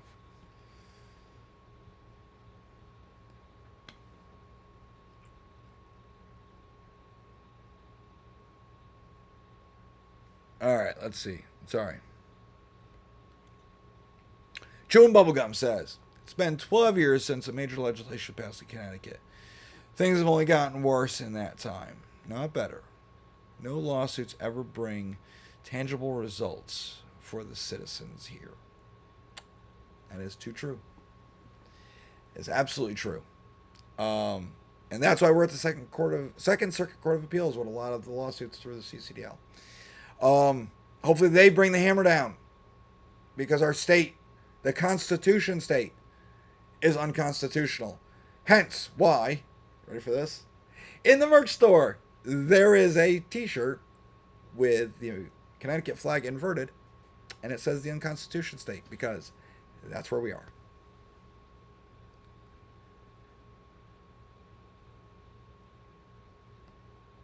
Chewing bubblegum. Permitted open carry. Yes, I mean, in Connecticut, you needed a permit to carry, period. It was just a carry permit. You could either open or conceal. 99.9% of the people chose to conceal because why wouldn't you? Very few times did people open carry. I open carry when I was heading to work. I'd leave my house, get in my truck, drive to work, open carry. Work all day, open carry. On the way home, I might have to stop at a Walgreens or CVS or wherever. I was in attire, a uniform, as it were. And I'd just go and open carry. Nobody cared. Nobody batted an eye. Because where I went, they all knew me, the person. I was in and out. If I felt like I might have a problem with, say, customers like oohing me, which, come on, it's Connecticut. Then I would drag my shirt out. I'd pull my polo out and then drape it over everything. And then go in like that. Printing like hella big, but still went in there concealing. So, it is what it is. All right. Joe Bubblegum says, can't even have a threaded barrel on a pistol unless it's a pre-ban, effectively banning suppressors. Use on handguns. F Connecticut. Hear, hear. However, you can have a suppressed handgun. It's easy. The suppressor has to be welded onto that gun. That's it. And good luck finding a pre-ban threaded gun because that's registered as an assault weapon. And under Connecticut state law, you can no longer transfer said assault weapons. I can't So, like mine, I can't transfer them to anybody in the state. I can sell them out of state. But if I were to, expire because of old age or some sort of illness, what have you, those firearms can be willed to direct family members. Or they'd end up at an FFL being sold out of state. And I hate to tell you this, because when they were trying to pass this HB Satan 7 bill, a lot of people opted to just get rid of their others or pre-bans, what have you. And they would come in, they're like, I want to sell this. Okay, we're going to put it up on Gunbroker. We're going to sell it out of state. What do you want to sell it for? They're like, well, I spent $2,500 on the gun. I want at least $2,400. It's like, my God, you can go to Tennessee and buy this gun for like $400. You ain't selling it for that amount. It's supply and demand. All of the guns that we have, that we paid tons of money for, outside of Connecticut, are worthless. They just are. Because other states are free. Luckily, the vast majority of them, as in there's 27 states currently that are constitutional carry and don't have these draconian bans that are arbitrary. A lot of our gun laws are arbitrary, and we actually had a discussion about this today where we broke them down, and they're like, "Well, why did they do that?" And I'm like, "Because it felt good. It was a do something. It was pass a law and make everybody feel like you did something." So that's what they did, as in like our magazine bans, so on and so forth. All right.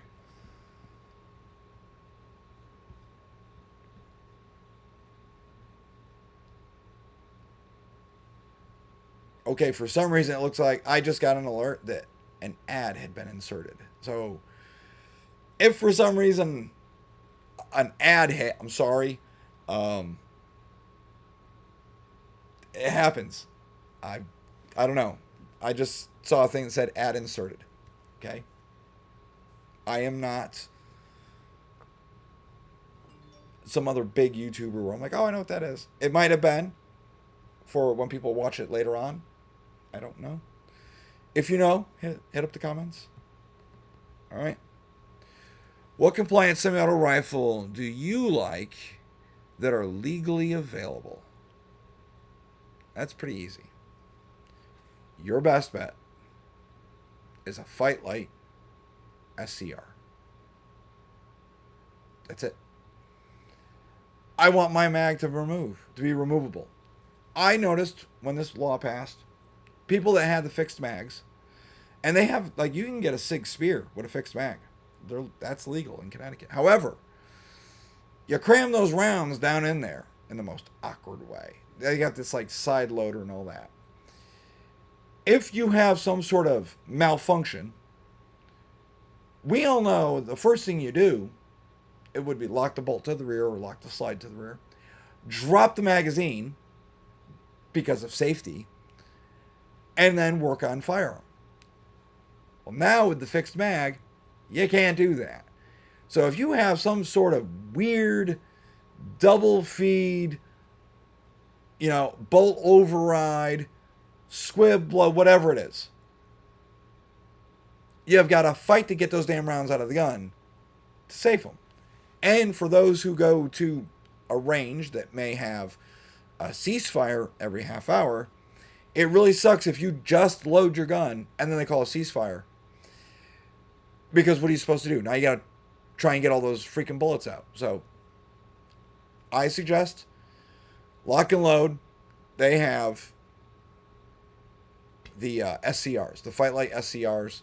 You can pull the mag out, whole 9 yards. It looks like, smells like, works like an AR, normal one, but it's somewhat featureless. No pistol grip, none of those weird things. All right, it's got a solid buttstock, nothing that's adjustable. No,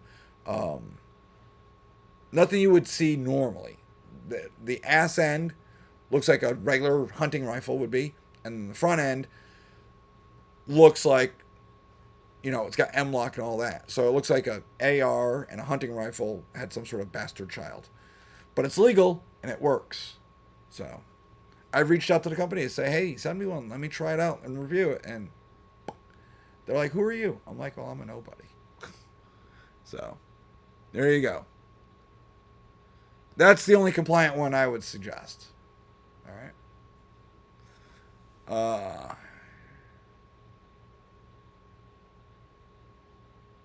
Oh, yeah. Well, I get what you're saying. Premium, no ads, but it's monetization. I like the ads. There's, it happens. It's nice. No ad for regular YouTube. No, what I'm thinking happened is because it auto inserts markers. So I think on the replay, like someone watches it tomorrow, it has those inserts so it knows where to place the ads. That's what I'm thinking. It was big and it was bold and it was right on my screen. I was like, I don't know what that is. All right. CMMG just released a rifle stocked lower AR style rifle. Yeah, you can do CMMG. I haven't seen it yet. I know of Fight Light because as soon as that bill passed, that's what pretty much everybody switched to. So that's what I see in stock, if they could be in stock, because right now, I know when people order to restock them in their stores, it takes a while. They're pretty popular because they're compliant in states like Connecticut, Massachusetts, New York, New Jersey, all the states that basically hate guns and hate you for liking guns. All right.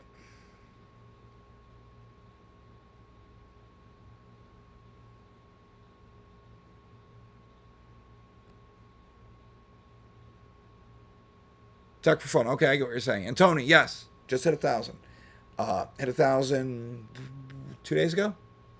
And what helped push it over was the whole video on Massachusetts. Because, listen, everybody's talking about it. Like, it's Massachusetts, right? It's full of assholes. It's a New England thing, home of donkeys, right? It's fine. This law is so bad. You've got Jared from Guns and Gadgets, Coley Noir, and a bunch of other big gun tubers talking about how jacked up that state's law is. They're like, it is like the worst gun control law ever passed. And when I mean passed, it really wasn't passed. It sat in a committee, bounced around for a while, and then they rammed it straight through the House and the Senate, and threw it on the governor's desk, and she goes, no problem. Because to everybody and their Second Amendment. So, there you go. That got a lot of views, which I'm grateful for. And it was monetized, which is great. So, listen, I'm not getting pennies. But it just felt good for me to hit 1,000 and be able to do that. So, it was something that I couldn't do with the other channel. That wasn't mine. But I still tried to monetize it because why not? And YouTube was like, oh, definitely no. Not going to happen. And it wasn't my YouTube channel, so I didn't argue. I was like, okay. Because I don't care. I don't. This time around, my channel, when these videos got flagged, no, I fought back. I said, no, manual review it does not violate terms and services, etc. Right? Me painting does not violate a dang thing. I didn't do anything but apply masking tape and Rust-Oleum or whatever I used. It doesn't violate squat. And they said, sure, no problem. So, I was happy. That was 2 videos. I got an email and I said, you're good to go. Ads are okay as long as they're not Kamala Harris cracking. Listen, you're going to love this. All right, bubblegum, listen. The day that I got monetized, I hit my 1,000. I went into the back end, hit the little button to monetize everything. I went down the hallway, found my wife. I said, hey, do me a favor. You're logged into your YouTube, your personal one. Go to the Gun Guru channel and click on a video. So she does. Nothing happens. I was like, okay, well, we got to give time. So she closes that and clicks on another video. The very first ad, within 2 minutes of me activating everything, was Kamala Harris. Vote for me. My wife screenshot it and sent it to one of our friends that live in Tennessee, who we're going to go visit at the end of August. I wish I had more time down there because they do have a ton of acreage for me to visit the farm and do things. And it would be great content for all of you. However, we don't have the time because there's a time crunch. But you will see that because Goals is doing a massive range day that I will be at, hopefully with like Brandon Herrera and all that. I mean, they're all going to be there. Hopefully we can all get together and get some decent footage just because there is a lot going on. They have a lot going on. I also have a lot going on. So hopefully we can get together. If you don't know who that is, that's the AK guy. He just ran for Congress, lost by a few hundred votes because, you know, people are freaking lazy and don't get off their asses to go vote. So do me a favor. I'm going to get right on my little milk crate. November. Go vote. That's all you got to do, man. It takes 10 minutes. Go vote. I don't understand how not even half the country votes in these elections. It's mind blowing. I've seen voting in other countries that democracy is new to them, and their turnout rate is like 99.9%. You remember that? They were holding up their little inked fingers saying, I voted. Like 99%.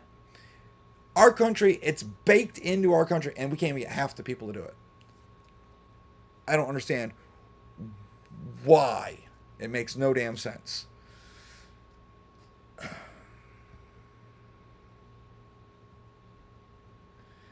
Yeah, what's up with these Kamala ads? Okay, Tony, here's the deal with, I know I ranted about this. It is an election season. Trump, Kamala Harris, RFK are all going to be spending an obscene amount of money for YouTube ads because this is where everybody is. My channels on Rumble and all that have already been monetized. They've been monetized. And there's an uptick in the ads playing, and they're all political. But YouTube is where it's at, right? It's the big boy on the block. It is not a money generator. Google subsidizes it massively, but it's where everybody is, right? So that's why I'm here. And then I have backups because in case this all goes away, I'd hate to lose it all. So all these ads are going to be popping up. They're spending a ton of money. You're going to see the ads. It's just the way it is. I don't get to pick the ads. Literally, they get to pick the ads. So when you run an ad, when you're setting up an ad, because this is what I did for a living, set up social media ads. You get to click on your demographic. So what they're trying to do right now is they're advertising to you, the gun owner, the Second Amendment lover, the purist, because they are trying to draw you in. Maybe you'll agree with them on a few things, not everything, just a few things. Because Trump is old and this and that, and it's like, I doubt it's going to work, but they're going to spend an obscene amount of money, and it benefits everybody that does this. In case you don't watch Timcast, they're on Monday through Friday, 8 p.m. to 10 p.m. And it's news, and they have guests and all that. And he breaks it all down because he gets ads for Bloomberg, Kamala Harris, everything, and they kind of explained why it all works that way. So I just thought it's funny. All right. Let's see. I have an AR-10 upper 16 inches. Can I build a lower to use it on the upper? No. You can't. So here's the dilemma. Your upper is not regulated by anybody. It's just parts. The lower is.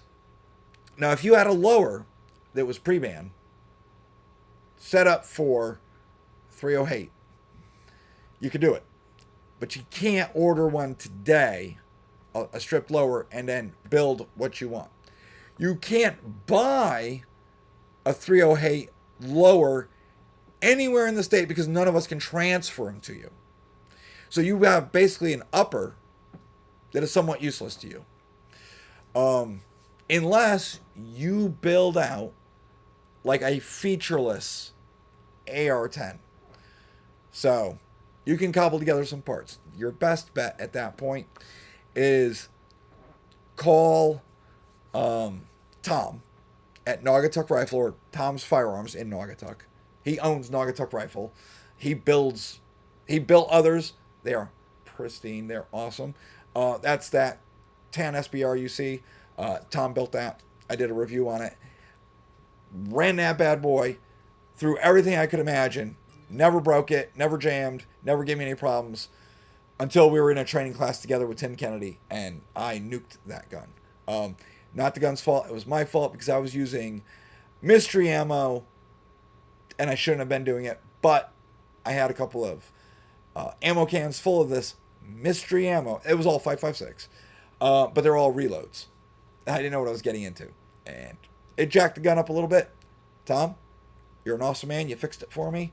Did some upgrades on it. Awesome. But you take that AR-10 Upper, give Tom a call, see if he can figure something out for you, since he is a manufacturer. All right. He's also an SOT. So if you're in the mood for suppressors, Lock and Load, they're an SOT. They've got, he liked when I call it this, Lock and Load's got the whisper pickles. Get yourself one. All right. Tech for Fun, thank you for the super chat. I appreciate it. We own a video production company nearby, and we should chat about trade sometime. I would love to. Honestly, I have no idea what I could trade you because I have basic knowledge. And we can figure something out, I assume. I haven't talked about this, but I am apparently banned from a certain range for doing nothing wrong. I'm just banned. And yet, I've never been told so. I was helping a friend out, and the powers that be at that place had meltdowns that I was there helping train people. It was a carbine course. It was nothing. I was making no money. I was just bored and wanted to help some friends out. So I was doing that, and they had freaking meltdowns. I was like, man. And my friends, listen, if you're, I talked about Lock and Load. I've talked about Tom's Guns. But if you're local here, you could try out Freedom Ballistics. They're local. They're in Wallingford. They had just adjusted their hours. I don't know them offhand. But you look up Freedom Ballistics. Go there. It's FFL, SOT. And they also have a whole area dedicated to Connecticut night vision. Jordan is an awesome guy. So if you're in the market for night vision, you need just a bump helmet or comms or anything like that, Jordan's the guy you want to talk to. But if you're looking for whisper pickles and the other items, you can obviously see Josh at Lock and Load, or you could go to see Steve over at Freedom Ballistics or Tom. And I'm sure YouTube is going to have a field day with this when the algorithm catches on. And I'm like, oh, you can go here, go here, go here. I did not provide links. I'm not saying what to do. I'm just saying these are buildings and businesses in the local area of Connecticut that offer services you may or may not need. Just saying. So, algorithm, leave me alone. Let's see. Bubblegum comes back with 1/3 of the country is under 18. 1/7 of the country aren't even U.S. citizens. I bet it's more than that. However, those that can vote still don't. If you're of legal voting age, register to vote and freaking vote. Let your voice be heard. If you don't vote, you got no room to bitch, moan, and complain when things don't go your way. Just saying.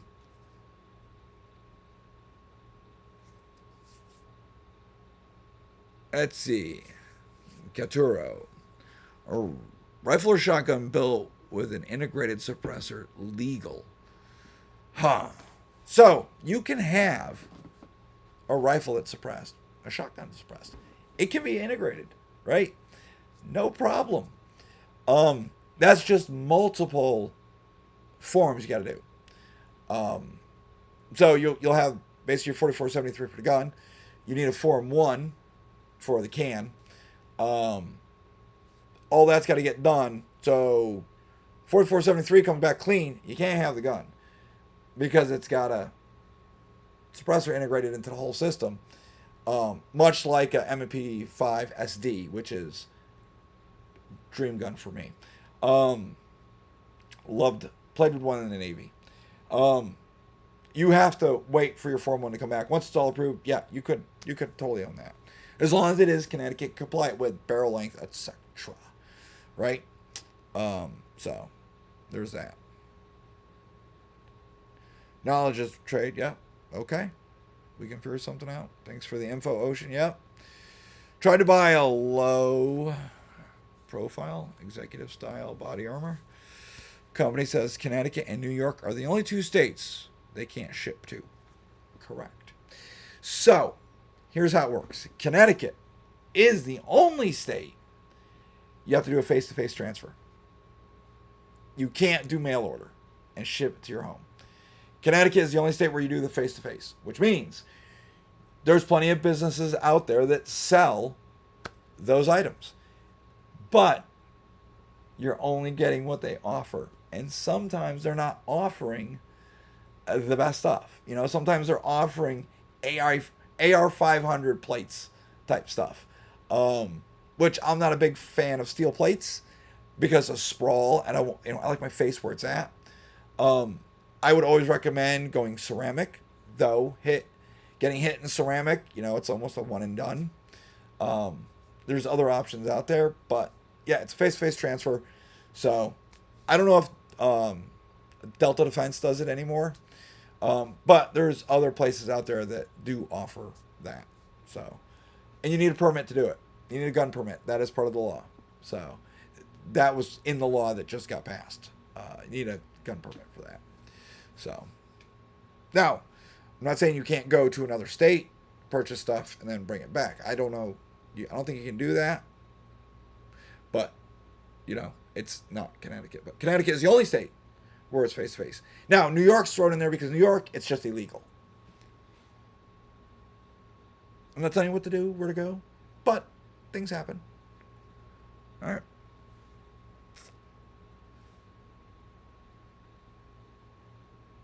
Sounds like you're cranking it tonight. Great energy. Listen, slip disc.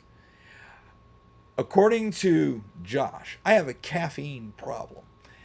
It's not a caffeine problem because I am totally 100% fueled by caffeine, nicotine, and a general hatred of everything. Literally, that's a shirt in the merch store. My wife has one, wears it, loves it.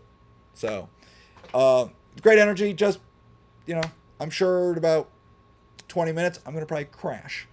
So, it all catches up at once. And then I'm up at 6 a.m. because I have to teach a class tomorrow. So, I don't know if the class is full. So, if anyone's looking for a class, you can check them out. Maybe there's an opening for tomorrow. I don't know. See, areas around Massachusetts border is where a lot of people that are affiliated with ISIS, ooh, that's a no-no, and just undocumented immigrants can be held in a facility for 3 months and then let back into society. Yeah. Welcome to America. Welcome to Biden's America. Yes. They literally admit with the border. I mean, listen, the border is it's falling apart. They freely admit there are known terrorists they released, and now they can't find them. They have no idea where they went. So, if you're worried about are there cells out there, there are. The raw intelligence tells you there are, and they admit that they let these people in, released them, and lost track of them because, you know, whatever. So, good luck with that. Oh, I see the pop-up right now. Okay. So, Tech for Fun, it popped up and said, ads will run shortly for some viewers. So, about 45 seconds, guys. So, if an ad pops up, I'm sorry. I have no control over it. Neighbor to your north. Oh, sir, are you a masshole? That's okay, because you should hear what I call people from Connecticut. All right? It's crazy here in Mass. Oh, yes, there you go. Again, Pioneers. Yeah, it's like 70. 90% of semi-automatics are going to be wiped out. Now, I saw that there was a list put out. They updated your approved list. I haven't looked at it yet, but that law 4885 basically said, hey, semi-automatic shotguns and these semi-automatic rifles, you can't have them unless they're on the list. And when you look at the list, none of them are there. I'm like, well, they just banned all those. And then the way it's worded, it's like they could throw a lot of semi-automatic handguns in there too if they interpret it the certain way. And that's insane to me. My favorite one, though, is the very first one, Section 3, where you can use an EBT card to buy ammunition. Oh, I know in that video, people hit up the comments and they're like, listen, that makes no sense. That's not real. I literally had to find it for everybody. I'm like, right here, it says section 3, remove these lines, blah, blah, blah. It's like 10 and 11. And remove the words ammunition dealer from the general rules or whatever. So when you Google the general rules for Massachusetts, you get that section. And then you read through and it tells you what it's removing. It's basically a list of places you can't use an EBT card. And it's like removing lines, this line and that line. Okay, and the ammo dealer. Which makes it sound like you can use your EBT card to purchase ammo. That makes no freaking sense. You're subsidizing people buying ammo. I want a government card that allows me to buy ammo. Jeez. Moving on with that. Let's see. And there may not be enough time to get more rifles into the state. Listen, you guys up there, I feel for you. You guys are shafted. You're screwed. Welcome to the apocalypse of the Second Amendment. However, I'm sure lawsuits are coming because literally 6 different Supreme Court cases pretty much shot down every bit of that law they just passed. But it's going to take 5 or 6 years or more to work its way through the courts before it gets to the Supreme Court where they say, what the hell is this? We've already discussed this. We've already ruled on it. Get out of here. It's unconstitutional. So the state gets to enforce this horrible law for 5, 6 years, making everybody's life a living hell there. All right. Some very cool Kevlar armor shirts, hoodies. Yeah, you can't have any of those, though. You can't because it's got to be a face-to-face transfer. So, you know, you couldn't find anything tactical stuff. Yeah, it sucks. But if you want something that looks cool, it's not armor. But I can't remember the name of the company offhand. But it's called a drug rug, a tactical drug rug. So it's like, listen, if you're old enough, if you're my age, you know what a drug rug is. This one's tactical, so that front pouch that's up front is literally designed to carry Magpul magazines or that, like AK mags. That is pretty cool. I would love to order one. Just haven't gotten around to it. So, they're pretty cool. I saw them on a Haley's Strategic post. Connecticut retailers that sell body armor and plates always have ridiculous markups. Yes, it's called supply and demand. That's how business works. Almost makes it not even worth it in many cases. It's not. Because you're paying a premium for garbage. Just saying.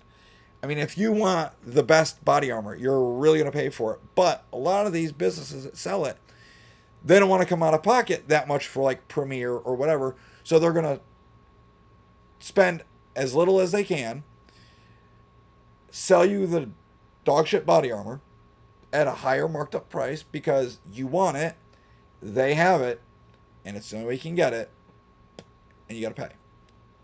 So I don't agree with that. I think it's crap, but it is what it is because Connecticut. Right?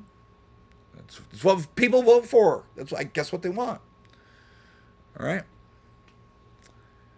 The worst I've seen is known ISIS bomb maker who was let go by the FBI.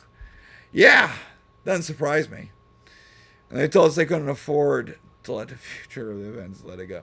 Listen, if you have any faith in these alphabet agencies, you're smoking some good stuff. Because everything that I've seen over the past 3 years, America that I thought I lived in, I don't. We have the patients running the mental asylum, and they're all embedded in the government. They are not elected. They are just there, and that's where they're staying. Hopefully we get somebody that'll clean them all out. So that's what I'm hoping. That's what I hope. Well, I appreciate you guys hanging out, having a little chat. I appreciate the super chat. Appreciate all the questions and you participating. That is going to be it for today's live. we should do this again in the future. You know, let me know what you think in the comments below, because it's going to still run for a little bit. Do you want more lives, plus my weekly shows, so on and so forth? Maybe not 2 hours. Maybe we just do 1 hour live, because it's a Saturday night. People got better things to do. So, you know, it is what it is. I worked all day, came home, and I was jazzed to do this. So, that's all I got. I will see you guys in the next video. Later.